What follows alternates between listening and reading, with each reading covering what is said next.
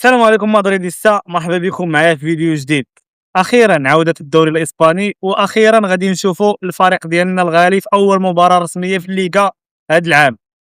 اول مباراة ديال ريال مدريد غادي تكون غدا السبت 22 في هذا الشهر هذا، غتلعب مع 8 ونص ضد الفريق ديال اسبانيول. كأي مدريدي وكاع المدريديستا متحمسين باش نشوفوا ريال مدريد اولا الشكل الجديد ديال ريال مدريد قيادة سبيشال وان جوزي مورينيو. كذلك متحمسين باش نشوفوا بزاف ديال اللعابه اللي تعاقدات معهم الريال مدريد.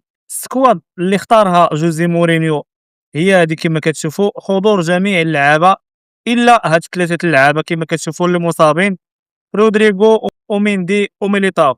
المباراه الاولى اكيد كتكون صعيبه في اي موسم، واهم حاجه هي الفوز، يعني لا بديل 3 نقاط.